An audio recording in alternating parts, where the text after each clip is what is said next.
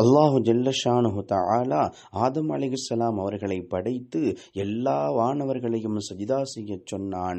அப்பொழுது இப்லீஸ் மட்டும் சஜிதா செய்ய மறுத்தான். அவனிடத்திலே கேட்டான், இப்லீஸே, காலயா இப்லீசு மா மனஅக அன் தஸ்ஜுத லிமா கலக்து பியதை, என்னுடைய கரங்களால் நான் படைத்த ஆதமுக்கு நீ சஜிதா செய்வதை விட்டு முன்னை தடுத்தது எது?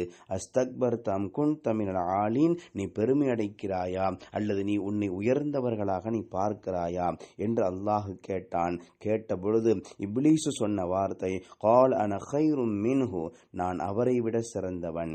ஹலக்தனி மின்னாரின் வ ஹலக்தஹு மின் தீன், என்னை நெருப்பிலிருந்து படைத்திருக்கிறாய், அவரை களிமண்ணிலிருந்து நீ படைத்திருக்கிறாய் என்று படைப்பால் தான் உயர்ந்தவன் என்றும், படைப்பில் இன்னொரு படைப்பாக இருக்கிற ஆதம் அலைஹிஸ்ஸலாம் அவர்களை இழிவானவராக, தன்னை விட தாழ்ந்தவராக அவன் கருதினான். இந்த பார்வை அவனை எங்கு கொண்டு போய் சேர்த்தது தெரியுமா? அவனை அல்லாஹ்வின் கோபத்துக்குரியவனாக, அல்லாஹ்வின் சாபத்துக்குரியவனாக அவனை மாற்றியது.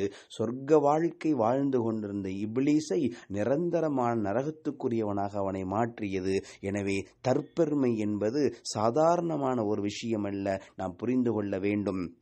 இப்லீஸ் செய்த பெரும் பாவம் என்ன தெரியுமா? தற்பெருமைதான். நாம் பெரும் பாவமாக நினைத்து கொண்டிருக்கக்கூடிய அவன் விபச்சாரம் செய்யவில்லை, மது அருந்தவில்லை, திருடவில்லை, இது போன்ற பெரும் பாவங்கள் எதுவும் செய்யவில்லை. அவன் மனதளவில் தன்னை பெருமையாக நினைத்தான், தற்பெருமை கொண்டான், ஆதமை தன்னை விட தாழ்ந்தவராக நினைத்தான். அவன் நரகத்துக்குரியவனாக, அல்லாஹ்வின் கோபத்திற்கும் சாபத்துக்குரியவனாக மாறிவிட்டான் என்பதை நாம் புரிந்து கொள்ள வேண்டும்.